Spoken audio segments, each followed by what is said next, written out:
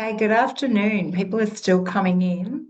Welcome to the Will Australia session today on the refreshed Quality Will Standards framework. People are still coming in, I can see, which is great. I'd like to introduce the team. I'm Leonie Russell. I'm from RMIT.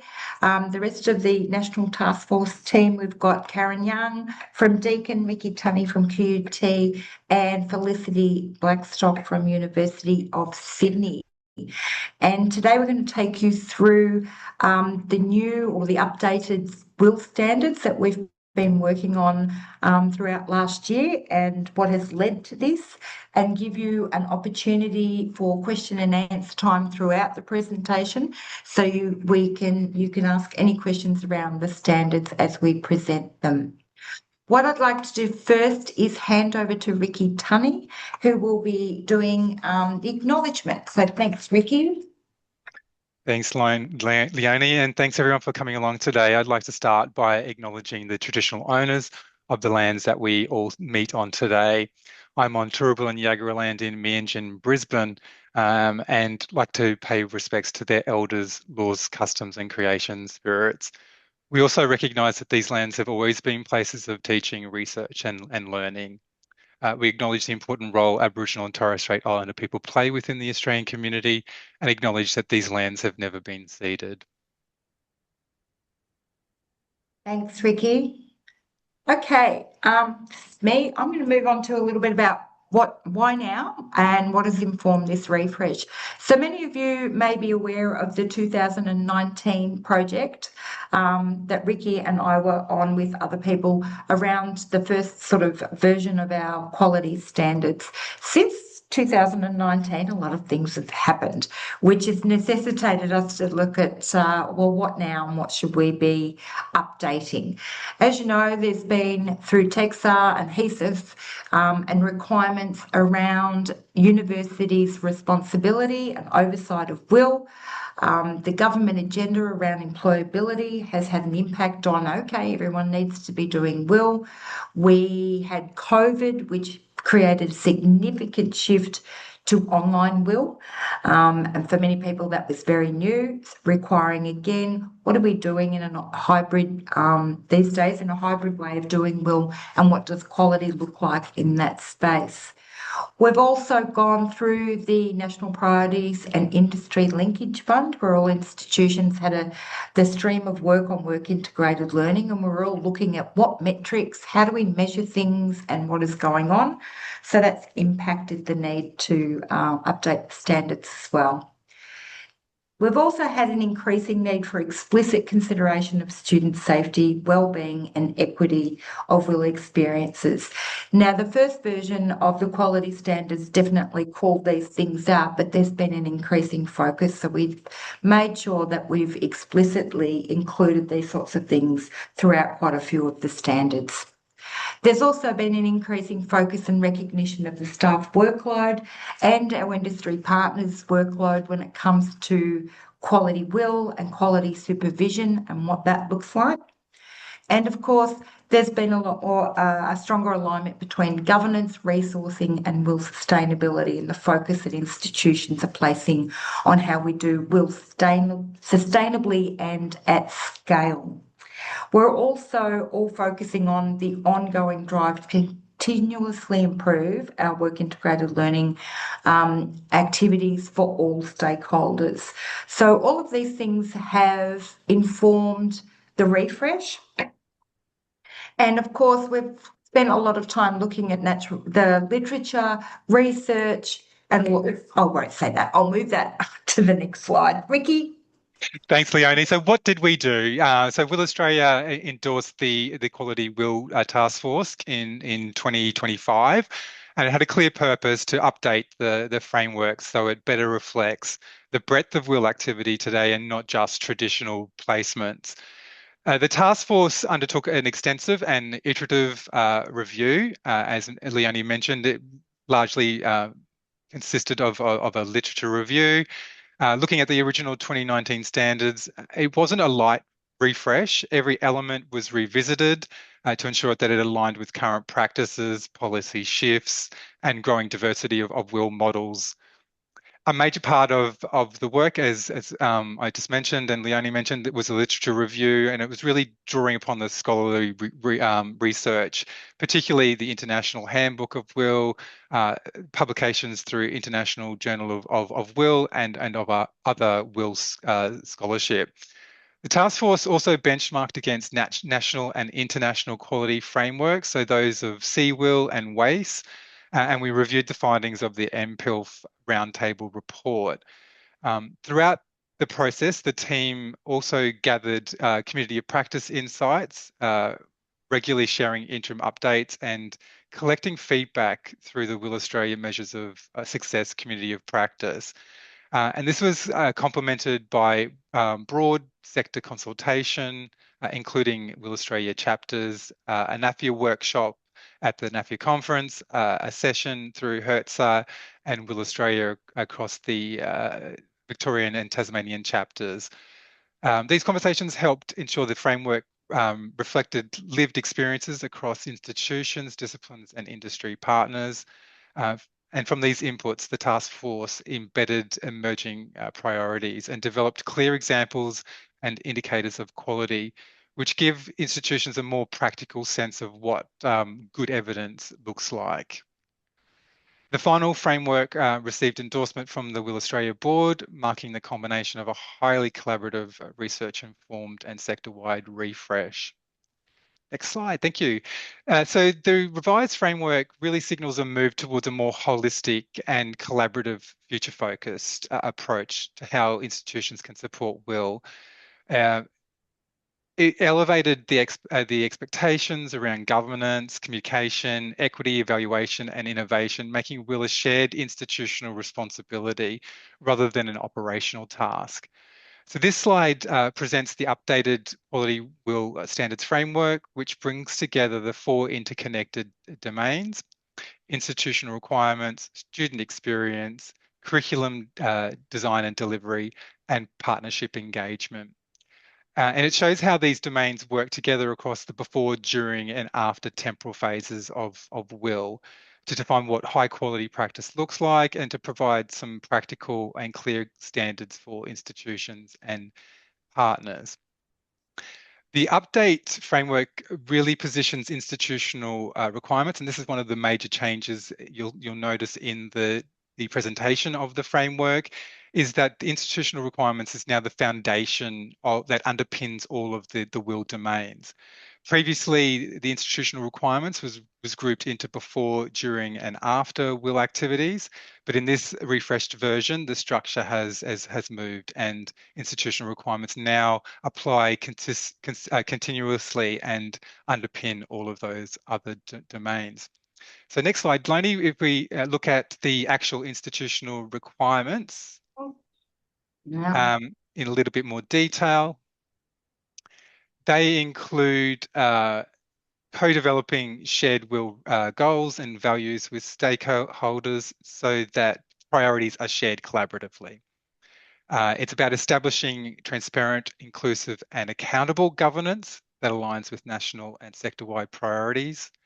It's about maintaining proactive and responsive communication with students and partners, about providing integrated, accessible, and adaptive IT and administrative systems to support WIL delivery, about implementing legal and risk frameworks and compliance processes so that it ensures safe and reliable WIL activities, ensuring sustainable, equitable, and transparent resourcing so that the full costs of WIL is being recognised, and using longitudinal evaluation systems, embedding WIL research innovation into institutional strategy cycles, and providing inclusive ongoing professional development and recognition for all WIL stakeholders.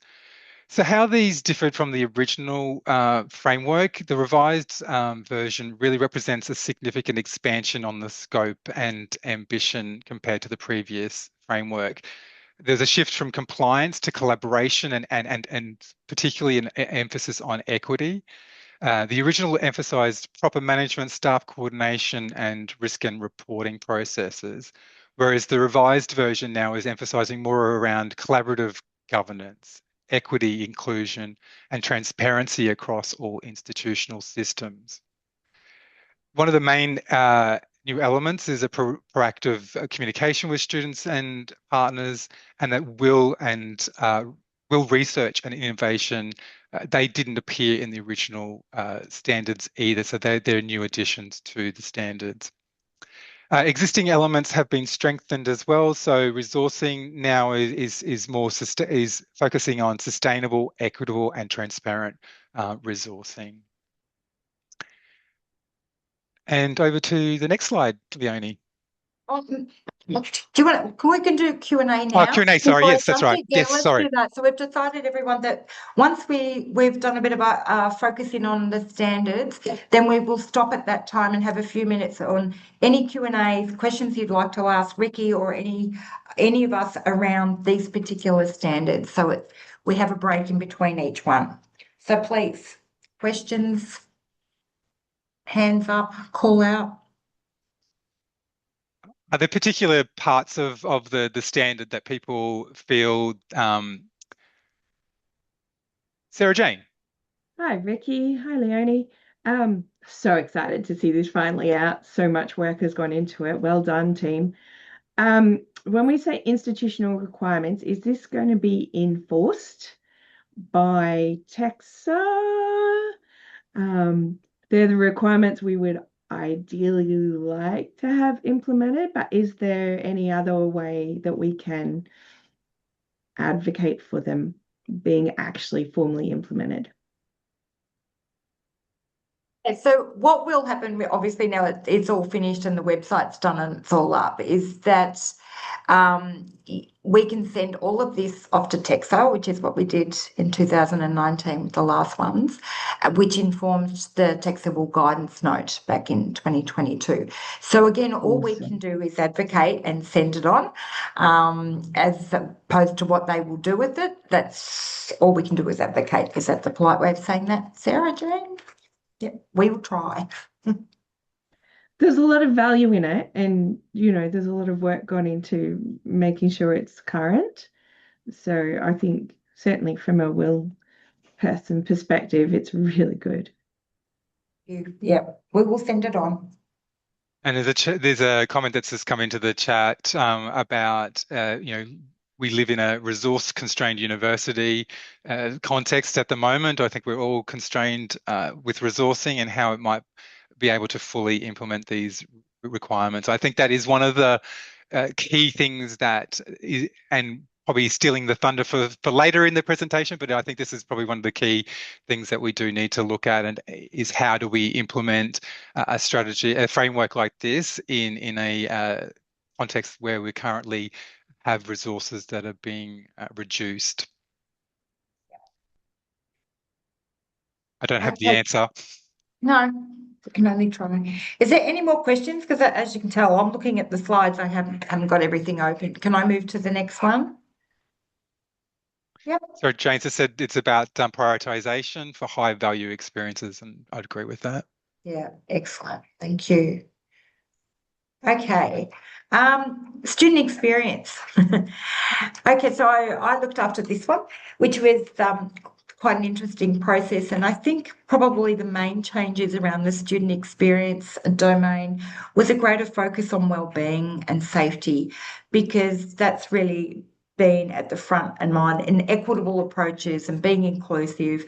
There's been a lot of research done and there's a lot of focus on that particular topic. So that's been a little bit more explicit now in these standards. Quite interesting was probably the very first one, which is about students are prepared for WIL, which would have been the high level standard. And then there'd be a list of 40 different things which underpin students being prepared for WIL. And obviously we couldn't list them all because the standards are high level standards.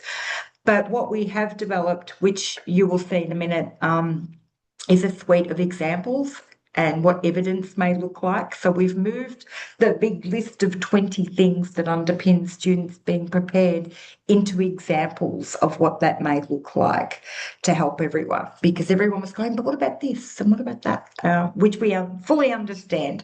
So I suppose here the focus of the or main changes was about ensuring that we're putting in directing their own learning, and as I've said, wellbeing along the way. There's a lot more focus throughout the standards too about career development learning, and because we're all looking at WIL and career development learning as being combined and explicitly intertwined, then there's a lot more focus around that connection to prior and future learning, employment, on employability, career goals, and things like that. You'll see that terminology throughout. Safety, as again, I've said that. Resourcing is always a key thing. And just probably expanded this last one a little bit around students receiving, using, and providing feedback. And again, throughout the standards is about continuous improvement and how we use that data. So when you do see the examples, you'll see it's all about what data, what evidence do we have, and how do we use that evidence for continuous improvement. So don't forget, these are high level and you'll need to unpack them a bit, but the examples will help you do that. So that's the student experience domain. Any questions, please put your hand up. If there's anything in the chat, can one of you yell out what that is? So I don't lose my slide. Leonie, there's a question in the chat from Jenna. Is there any lobbying being done in this space to accrediting bodies and the support needed from them to enable this? No, not yet. No, not yet. That's my next project, Leonie. Yeah, no, Jenna, we're waiting for you to do that. No, but no, of course, it's about let's have these. I mean, the whole standards framework now is purely from an institutional point of view. The earlier version, especially in the stakeholder space, was about trying to manage too many stakeholders. So we're going, right, this is what the institution needs to do. So now we need to pick that up. And if you do work with professional accrediting bodies, associations, how we work with them about their end and what they need to do. So this was sort of trying to draw out line in the sand about the institution's role in quality WIL and what they need to be doing. But yeah, we can talk more, Jenna. You can help us on that one. Thanks. Sarah Jane's just signed me up for a committee, so. Yep, definitely. Definitely. Any other questions in the chat that I can't see? There's another one, Leonie, about the TEXA. When will they note? When will they get the note? And when will it be? Maybe make an amendment to their WIL guidance note. So there's those two things. Are there any dates? No, not yet. I will. Yeah, Michael, president of WIL Australia, will get him to send off an email to TEXA and saying here it all is. Now that it's all landed, it's only just been landed on the website yesterday. So that'll happen in the next couple of weeks, but TEXA do things when TEXA do things. So we can't dictate that. We'll try. Okay, I'll go to next. I'm just mindful of time. Over to Felicity. Thanks very much, Leonie. Yes, I was one of the key co-leads related to the curriculum design and delivery standard. So as Ricky mentioned, with the institutional requirements, the curriculum design and delivery requirements as well, or standards, I should say, have been expanded, both in terms of the number, there are now 10 as compared to 7 previously, but also greater clarity around the curriculum design and delivery, and also how it complements and intersects with student experience, but trying to have them as two discrete and distinct aspects. I mean, I think a lot of us have found it quite challenging to be thinking about student experience versus curriculum, because the two things are interdependent within each other, but there are very distinct components that are student experience, as Leonie mentioned, wellbeing, safety, that pre-placement preparation, allocation, interacting with our systems and processes to receive your placement allocations, as compared to the curriculum component, which is very much then intersecting with the units of study and the subjects, the program that you're doing within your course and your degree, and how that learning unfolds and then is assured through assessment tasks. So the overarching statement is A quality WIL curriculum includes intentional andragogical approaches to enact embedded and scaffolded learning and assessment. So the first standard then is very much around having WIL experiences embedded and scaffolded throughout curricula. They're not siloed, they're purposefully designed, and the actual design is then underpinned by research and quality practice. Stakeholders are actively involved, and we certainly are using the word stakeholder in the broadest sense. Students, industry organisations, community organisations, all stakeholders are actively involved in the creation and the delivery of curricula. The WIL curriculum considers the stakeholders' expectations, and this is where the professional accreditation requirements emerge. And there was a significant debate within this one around, I guess, the push and pull between higher education accrediting bodies and how that push and pull intersects to ensure that the professional bodies' requirements are met, but universities still, who are the custodians of the curriculum and accountable for the learning, actually also have that space with resource requirements and limiters to design good curriculum. Curriculum is inclusive and equitable and accessible experiences for all students, considering the financial, geographical and cultural barriers to participate. Assessment design is aligned to authentic and meaningful learning tasks. So the two things are explicitly connected, learning and assessment. Timely feedback is built within the models that we create so that learners have this opportunity to reflect upon their learning. Here is where you'll also see employability explicitly being linked in terms of goals and progression and outcomes. WIL curriculum enables flexibility across physical, virtual and hybrid environments. So this standard is really embracing some of the innovation that NPILF and post-COVID has driven for us as a community in terms of not just being focused on placements, but the incredible breadth of WIL that we now have. Curricular assessments include the structured reflection and debriefing and have evidence that enable evidence of learning against intended learning outcomes. The assessment and curricula is using technology appropriately. You'll note we haven't explicitly referenced AI there, and again, we had some debate around that, but it really is about all forms of technology, and having this particular standard referring to use of technology but not explicitly AI gives us flexibility within the framework moving forward to future-proof the framework.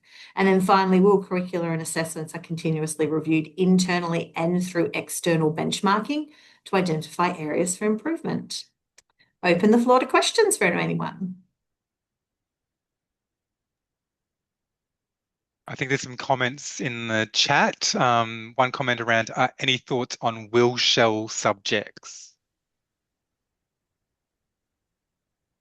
I personally don't have an explicit thought other than going back to that very first point of embedded and scaffolded and purposefully designed. So if there is shall being used, it really does need to be purposeful from that perspective to align with the standards. But again, the standards are about best practice. So each institution should be making their particular decisions about what best practice is for them within their resources, considering their student cohort and their external stakeholders as well.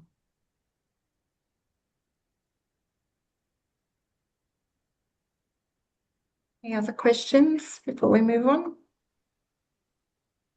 Yep. Okay. Over to you, Karen. Thanks, Leonie. Partner engagement. This is one of the domains that has an obvious different name in the domain name. So we went from stakeholder engagement to partner engagement. This was a big piece of work. The actual standards don't look considerably different at face value, but underneath, when we change it from stakeholder engagement, which Felicity mentioned a lot through the curriculum domain, we're really talking about the key focus that we wanted to get to for the partner engagement for WIL was a quality WIL engagement with partners is collaborative and enables mutually beneficial experiences. So what this means for us within our domain is around the strategy. So you will see when I unpack all of the specific standards, there is a big focus on strategy. What is the institutional strategy for enabling effective partner engagement for mutually beneficial experiences? And WIL experience is obviously more than just placement-based WIL. So there was substantial revision, not just within our group. This is one of the domains that we tossed around with a lot, and how to reframe this in an effective way. But the whole of community of practice across all of our chapters and the measures of success group, etc., we want to do a big shout out around this particular domain, because there was a lot of work around this, and how do we reframe this to make sure that we're moving for the future for our partner engagement for all of WIL. So many of the stakeholder engagement standards actually landed back into the institutional requirements domain, not in the exact wording, but a lot of the stakeholder engagement standards were really best placed. They fitted better in the institutional requirements. There were some as well within the curriculum. Obviously, everything's interdependent. There are some things that are not discrete and others that are. But one of the things that we did want to mention is this is just about the partner engagement, this domain. How do we evidence our engagement, and how do we improve that mutually beneficial arrangement with our stakeholders across all of the domains? So 4.1 is the one that I wanted to highlight in particular. So institutions lead and coordinate the alignment of partnership strategies that enable active participation of diverse partners across a range of WIL activities, with an emphasis on reciprocal value and long-term relationship building. So a bit of a mouthful, but you get the feel of that. It's about that mutually beneficial, diverse partners. So it's not just about diversity of our students, but it's also diversity of our hosts and non-placement WIL as well.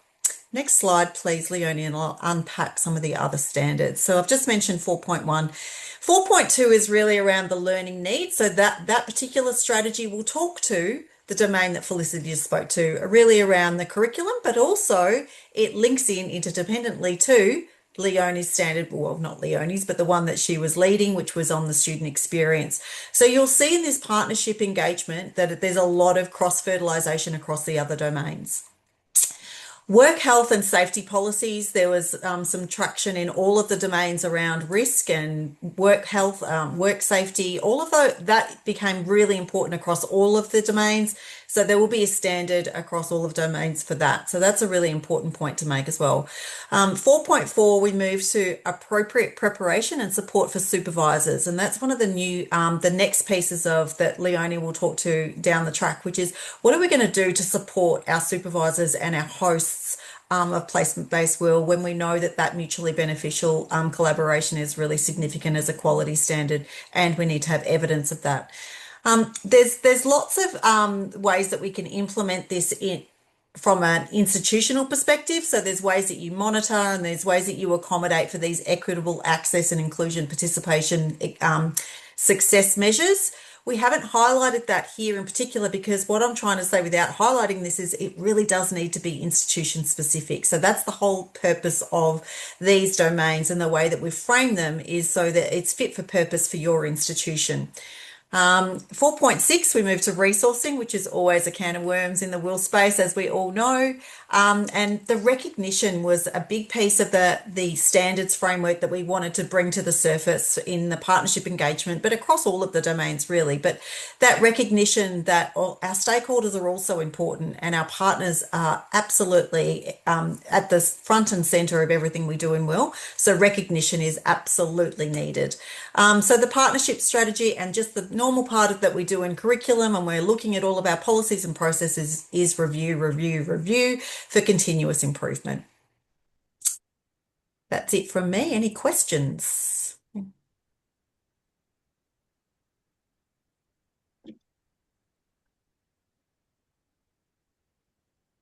Anything in the chat? See.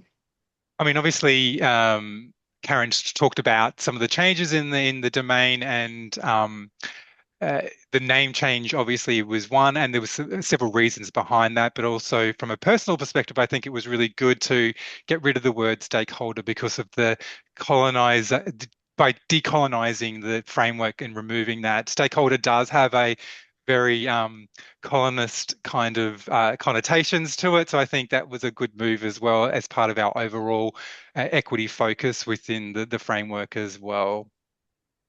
Yeah, thanks, Ricky. Okay, thank you.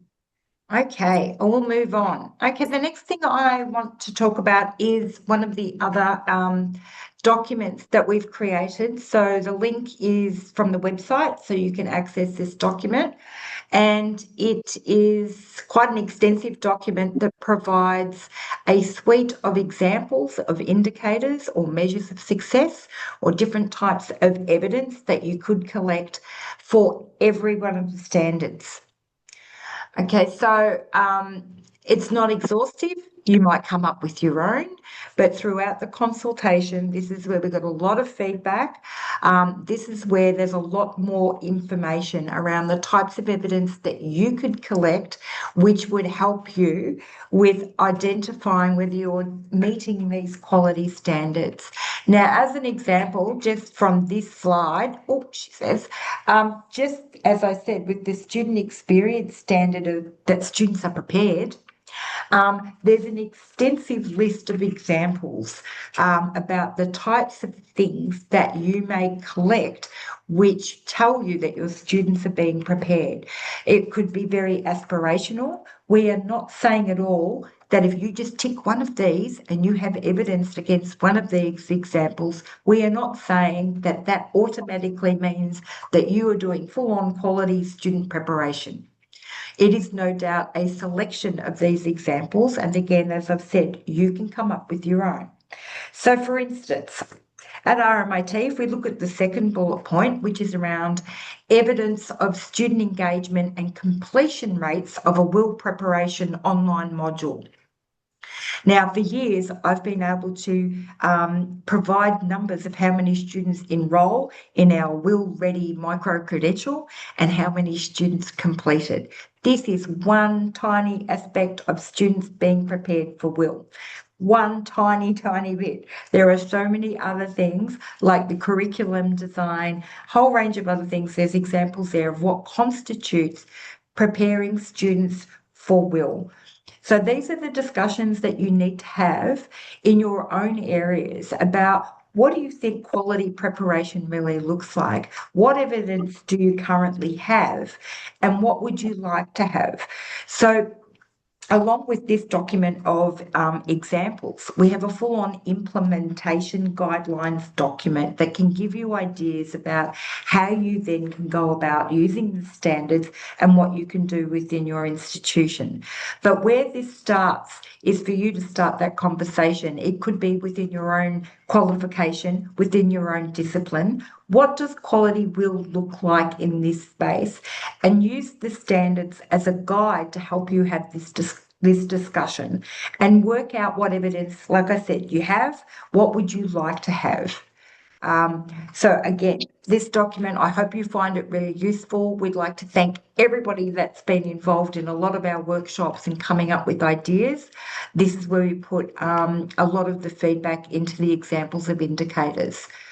So I'm going to move on from that unless anyone's got some questions around this document. Please yell out. There's lots of comments saying thank you for the resources. They're great, Leonie. All right, The questions. You're welcome. It was a way, honestly, it was a way to take on board everybody's feedback about what they wanted, knowing full well that we wanted to keep the standards quite high level, but we didn't want to lose the detail and what was really important to people. So that's how it's been moved over into examples of evidence. So thank you everyone who's participated and helped with help pulling that document together. Okay, mindful of time. Let's move over to Felicity. So we thought we would just wrap up with how might you apply the standards? And I think there's a really important emphasis in the approach that WIL Australia is taking with these standards, and that is that as institutional members of WIL Australia, for I'm assuming the vast majority of us here on this call, WIL Australia is very happy for us to take the framework and adapt it to your own context. So make the standards work for you. That means perhaps shaping some of the language if you have particular words within your context and culture in your organisation that resonate more deeply with the teams that are implementing WIL. That might mean having a look at the framework and mapping it to your policies so that you can confirm whether your policies do indeed align, or are there things missing from your policies that might intersect with the framework, and indeed additions could therefore strengthen your organisational position. Considering the standards and investigating your evidence might be something that you'd like to use. You might like to have some robust discussions around which metrics to measure quality within your organisation. This might be driven by some of your resources. You may have plenty of resources and therefore can measure many, many things, or actually it's not feasible to measure that many, and these are therefore the ones that are the highest priority for your particular organisation or your particular component of WIL, and they're therefore the ones that you will implement. As far as making the standards work, we strongly encourage to engage all involved in WIL. So obviously that refers to staff within the Institute, but also the students and industry and community partners that are connecting with WIL, so that you're fully appreciating the context at which this framework might be used and everyone's interpretation and perspectives around the different wording of the standards. Obviously, the framework is there to help identify gaps and opportunities for continuous improvement. So as you start to collect those metrics, they should help you have an institutional viewpoint around where additional energy could be spent to improve. I'll jump quickly to the last one. And of course, don't forget to recognise great practice as well. Consider embedding the standards in awards and celebrating excellence at your organisation so that you can really congratulate those who are implementing best practice across any of the 4 domains of the framework. And then really importantly as well, make sure there's ongoing discussions about quality and WIL practice. So using communities of practice, intranet. Once you've adapted the framework, feel comfortable to republish it within your intranet so that everyone has ready access, or use the URL link if you're not making any changes to the WIL Australia framework directly, so that it becomes a framework that's used and part of who you are as work integrated learning teams within your organisation. It's a way of living and breathing WIL and a behavioural thing rather than a stick to hold people to account to certain things. It's a constant state at which your WIL teams work with students and partners alike. Next slide, please, Leonie. To finish with, I thought I would just share with you what my plans are here at the University of Sydney. So those of you who haven't met me, I'm the Director of Engaged and Work Integrated Learning here at the University of Sydney. And very much WIL, safety, compliance and quality sits within my domain after a very big internal audit we had in 2024, where we had many opportunities for improvement. So we're in those final stages now, and I'm equally excited about the release of this framework because we're going to be bringing this framework in. And over April, May, we're planning on running some adaptation conversations so that we can take the framework and have a look in our particular context about how this might work for us. So we're going to bring together our faculty WIL champions who are both professional as well as academic staff, along with our external engagement team, members from the education and students portfolio of the DVC, students and industry partners, and run workshops so that we can then adapt this framework to really align with our particular nuances within WIL. We're then going to take that through to an endorsement stage. So we have an academic quality committee and a university executive education committee. So that framework will flow through those committees and actually also engage with some robust organisational metrics discussions. So we have leadership buy-in around how we're looking at WIL here at the University of Sydney. Running concurrently, I'm very fortuitous that our WIL policy and procedure is completely under review, mostly because it's very out of date.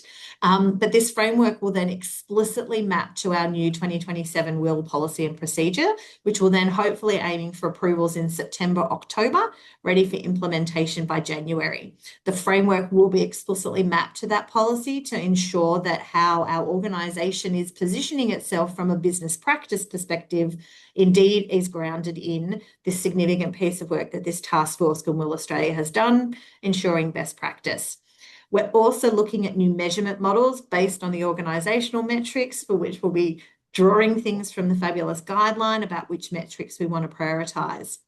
After that, we'll then be socialising in November, December through our community of practice, through the intranet, and we're creating some data dashboards so everyone can see how we're tracking against these prioritised metrics. And then we're going to have a new quality assurance model by 2027. With this new policy, there'll be annual organisational data reporting to our Academic Quality and University Education Committee. There's going to be ongoing COP discussions, certainly looking at how we can have some awards for excellence, and then identifying through this next 6 to 9 months process opportunities for investment in terms of improving in areas of WIL, which I think for us will be predominantly gaps within our courses where students don't actually have access. Some preliminary institutional metrics have identified already certain degrees where our students don't have access, and certain cohorts as well. So we're investing that in our curriculum quality and sustainability program of work for new degrees in 2029. So I thought I would just share that with you about how we're implementing. Back to you, Leonie. Thank you. That's great. I look forward to hearing more about how that lands next year. I'm handing back to Ricky.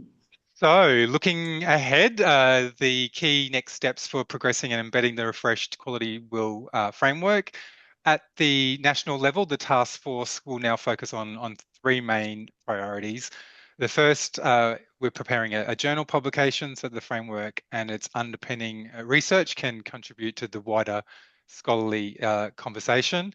Then Felicity and Leonie will be delivering a WACE workshop next month in New Zealand, helping position the framework for international recognition and collaboration.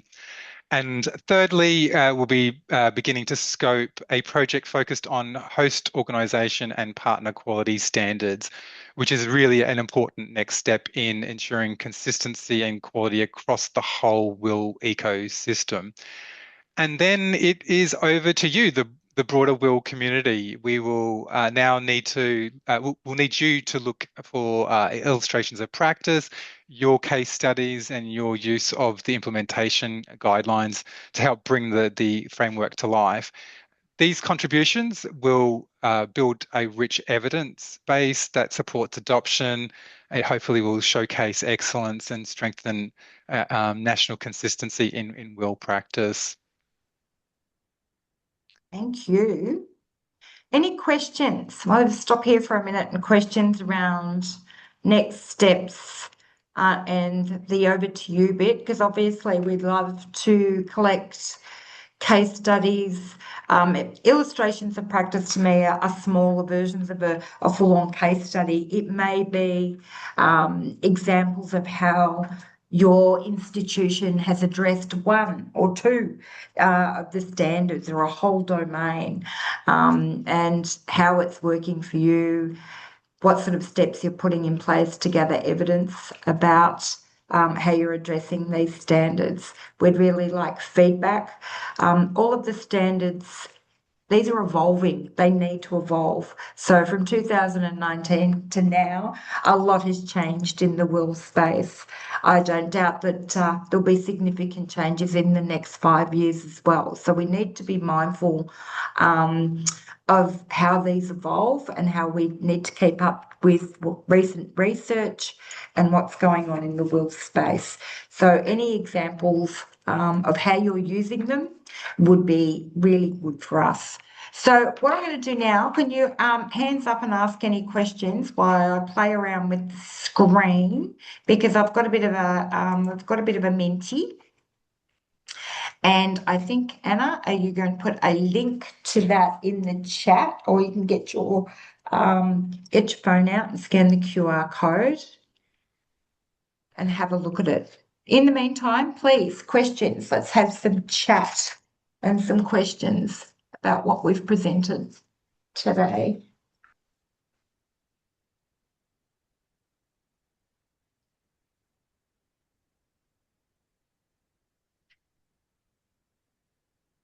Any questions?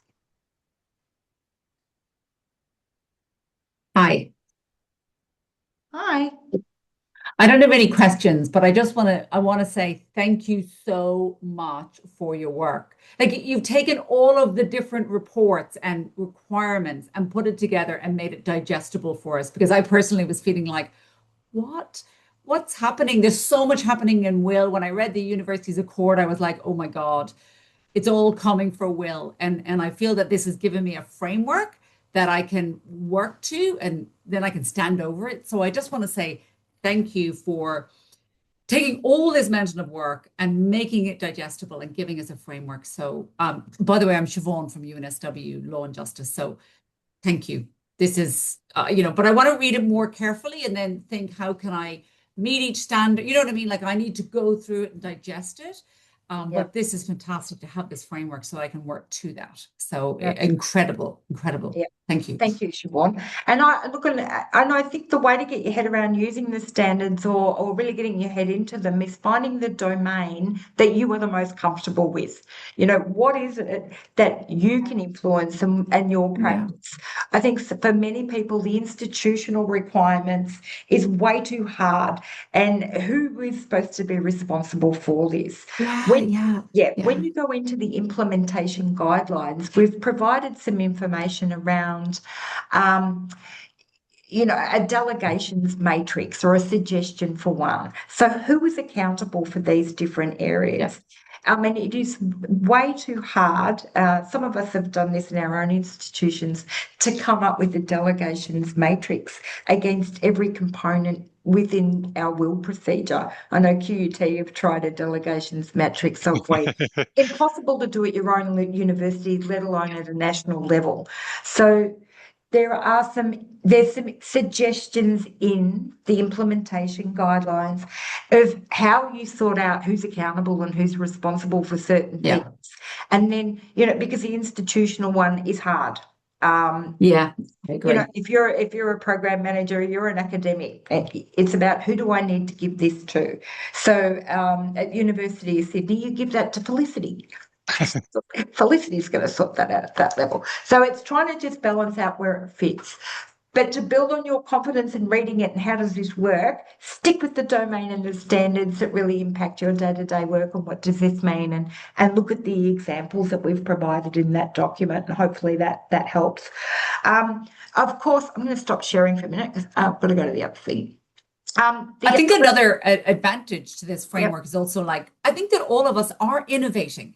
We are partnering with industry to bring industry relevant, skills in and build that into WIL, but we don't really know how to, match that or showcase that. You know what I mean? If somebody came and saw, are you meeting all the WIL standards? So this framework is it's good from the other perspective, the other side, to say, yes, I'm meeting it. I'm doing, innovation. I'm, doing stuff with industry. So anyway, I just want to say thank you. It's terrific. Fine. That's great.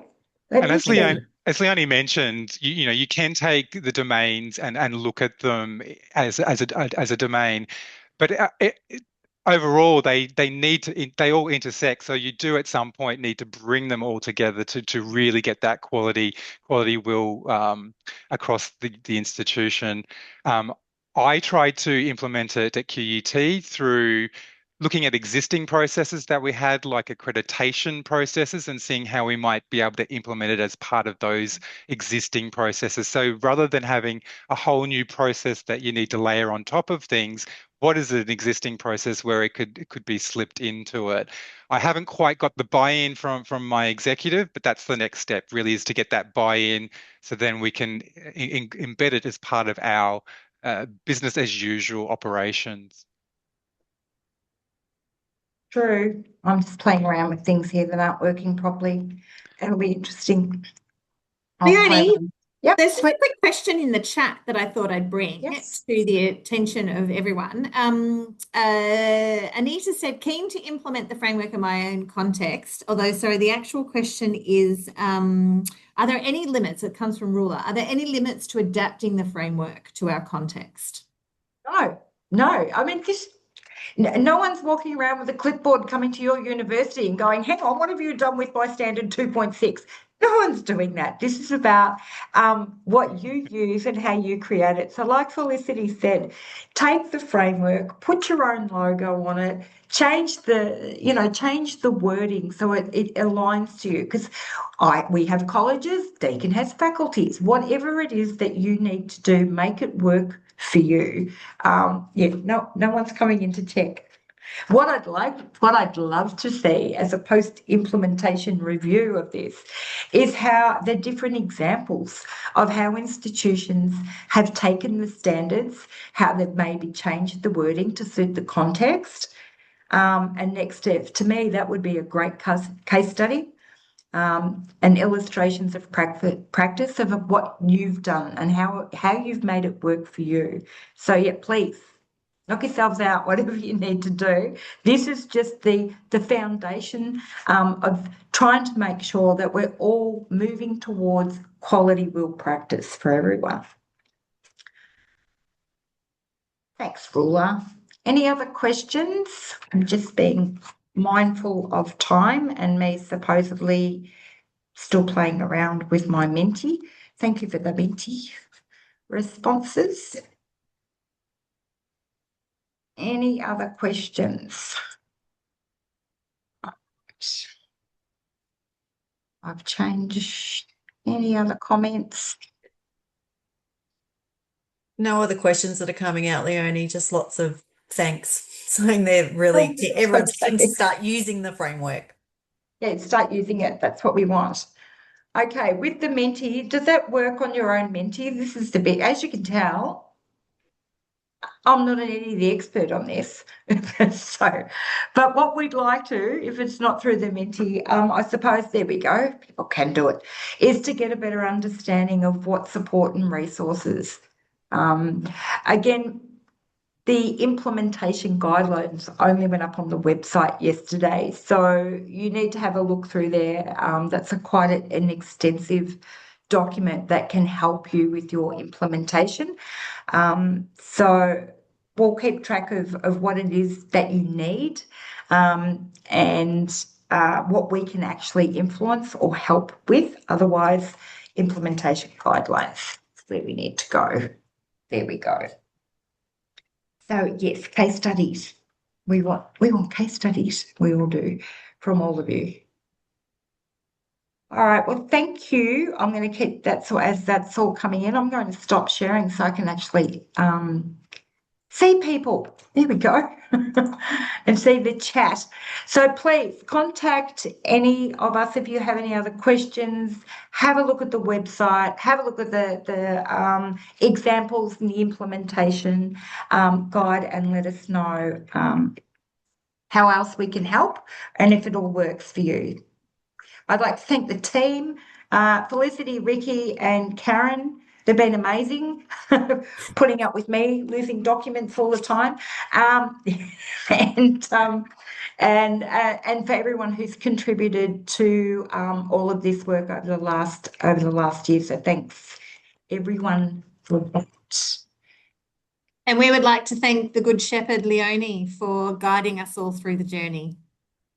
Very welcome. The work has been incredible, Leonie. Thank you. That's all right. Trying to pull things together to make sense for me too. That's what it is. So thanks, everyone. Thanks for joining us. And don't forget the conference. I forgot that one. Don't forget the WIL Australia conference in October in Adelaide. We will be doing a workshop there as well, if someone accepts our abstract, but that's the plan. Fine. So, all good. Thank you, everyone. I think we've got a couple of minutes if anybody has any other questions. Otherwise, the recording, the slides will all be available on the WIL Australia website. And don't forget, all of the resources that you need are now up there for you to access. So thanks, everyone.